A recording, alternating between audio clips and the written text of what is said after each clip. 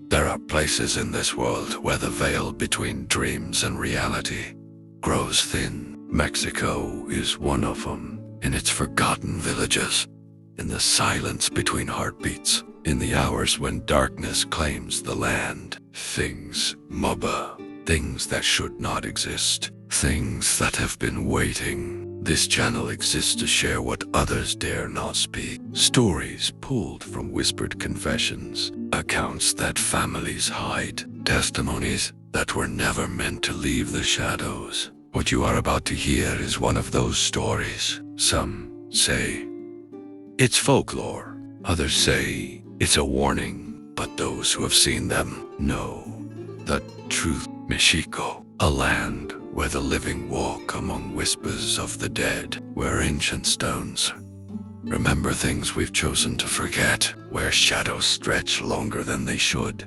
and where certain stories are not meant to be told after dark. Beneath the surface of its colorful traditions, its vibrant culture, its warm smiles, there exists something else, something darker.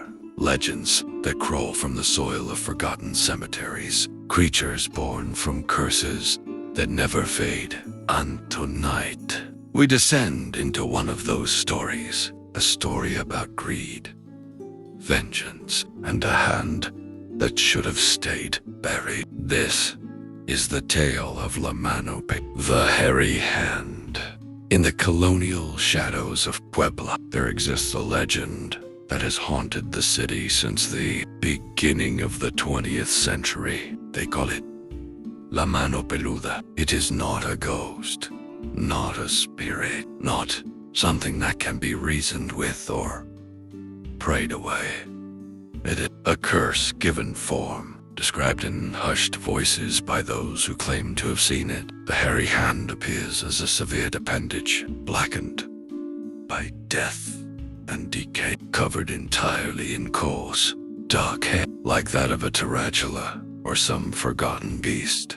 But it moves, it crawls, with the terrible grace of a spider. 5 fingers that bend in ways fingers should not bend, nails yellowed and sharp, and it searches, always searching. The old dailies say it belonged to a man wronged in life, a man whose grave was desecrated, whose rest was violated by those consumed with greed. And when he could no longer rest, neither could those who disturbed him. The hand emerged from his tomb, animated by rage that transcends death itself. It hunts the descendants of those who cursed him. It knows their bloodline. It can smell their ancestry in the air. And when it finds them, well, some say it drags them back to the cemetery. Others say it simply stops their hearts with a single touch.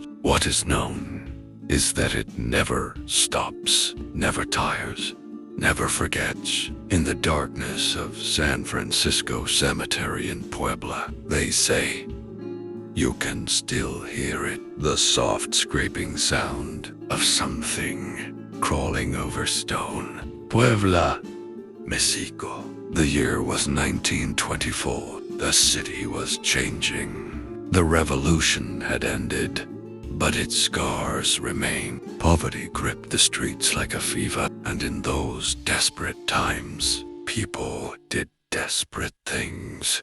This is the story of 2 siblings, brother and sister. We'll call them Miguel and Elena. They were young, too young to understand the weight of family sins, too young to know that some debts are inherited. It began on a cold October evening. Miguel, 17 years old, and Elena, 15, sat in their modest home on the outskirts of the city. Their parents had died months earlier from illness. They had nothing.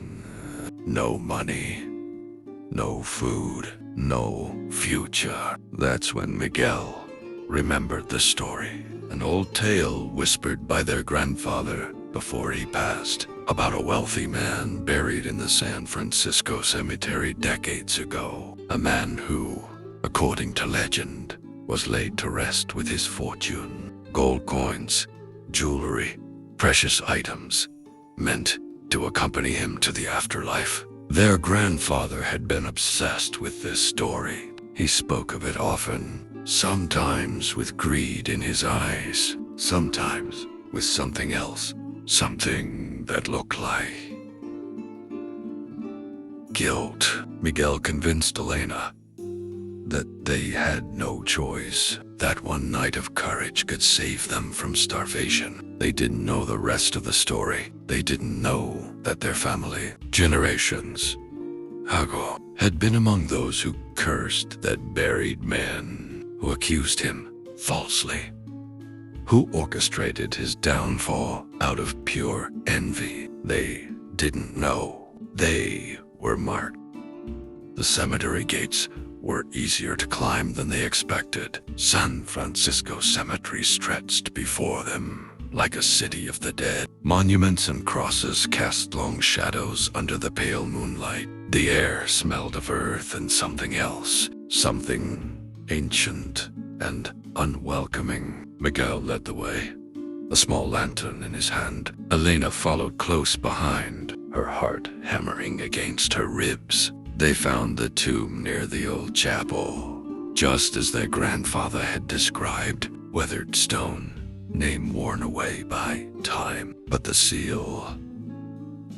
seal had already been broken. Someone had been here before. Miguel pulled the heavy stone door. It opened with a groan that seemed to echo across the entire cemetery. Inside, darkness. Thick, absolute darkness that their lantern could barely penetrate. They descended the steps. The air grew colder with each step, colder than it should have been. Elena grabbed her brother's arm. Miguel, I don't think we should. We're already here, he whispered back. At the bottom, they found the burial chamber, and there, in the center, the sarcophagus. But it was open, empty. No body, no treasure. Just emptiness. And then they heard it. A sound, soft, rhythmic, like fingers tapping on stone. Tap, tap, tap. It was coming from behind them. Miguel turned first, raising the lantern, and there, crawling down the steps, was the hand, black, covered in thick, coarse hair, moving like a spider, each finger bending and flexing with terrible purpose. Elena screamed. They ran back up the steps, through the tomb entrance, into the cemetery. But behind them, always behind them, they could hear it, that awful scraping sound, that determined pursuit. Miguel pulled Elena toward the gates. They were close, so close. And then Elena fell. She had tripped over a broken headstone, her ankle twisted beneath her. She cried out in pain. Miguel turned back, grabbed her arm, tried to pull her up, but the hand was there.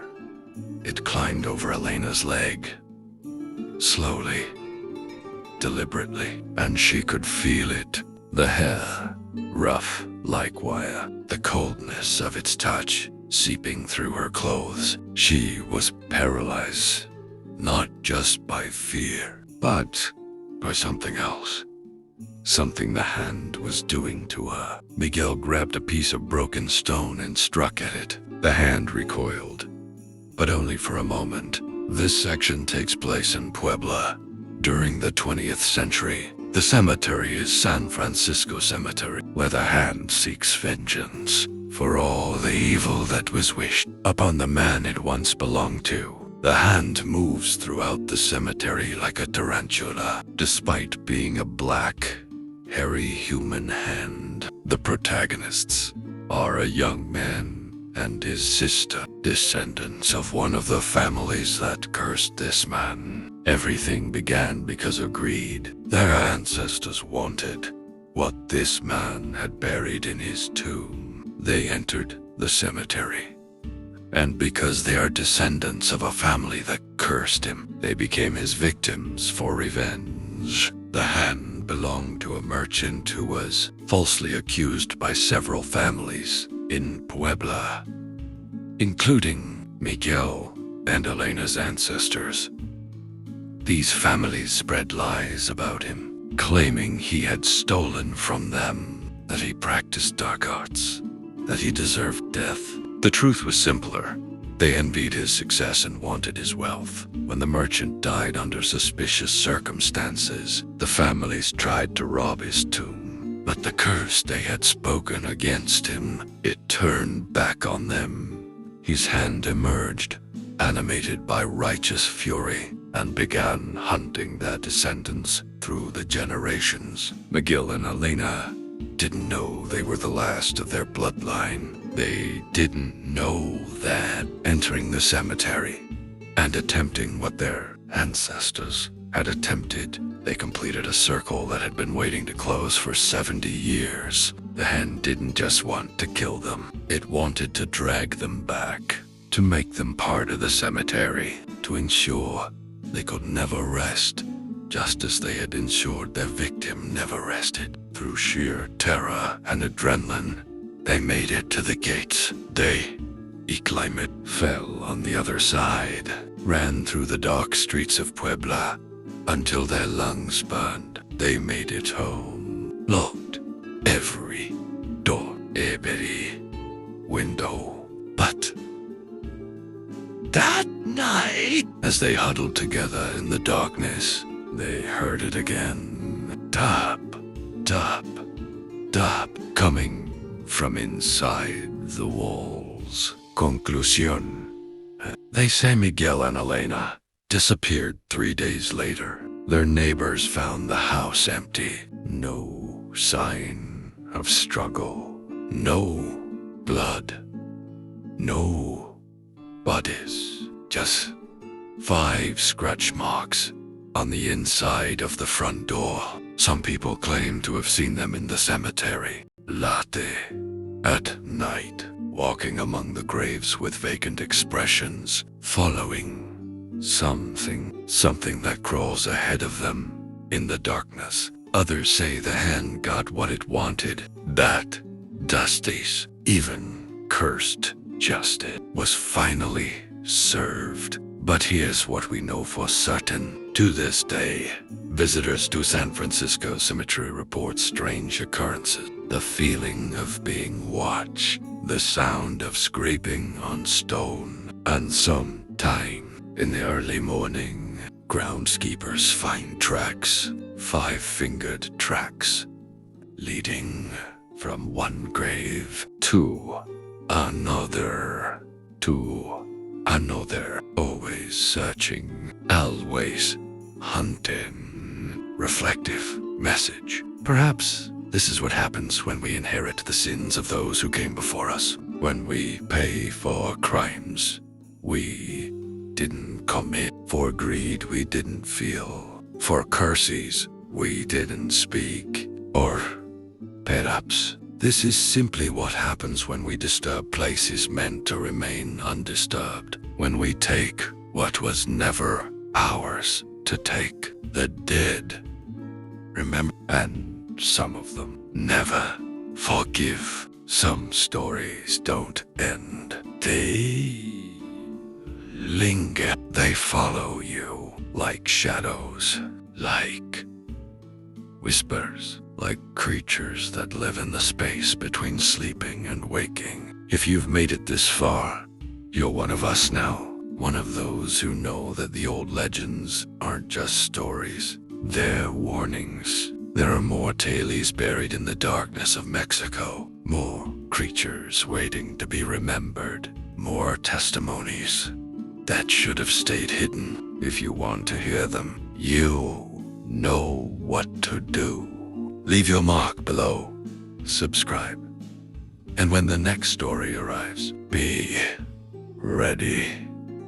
Because once you start listening, they start listening back.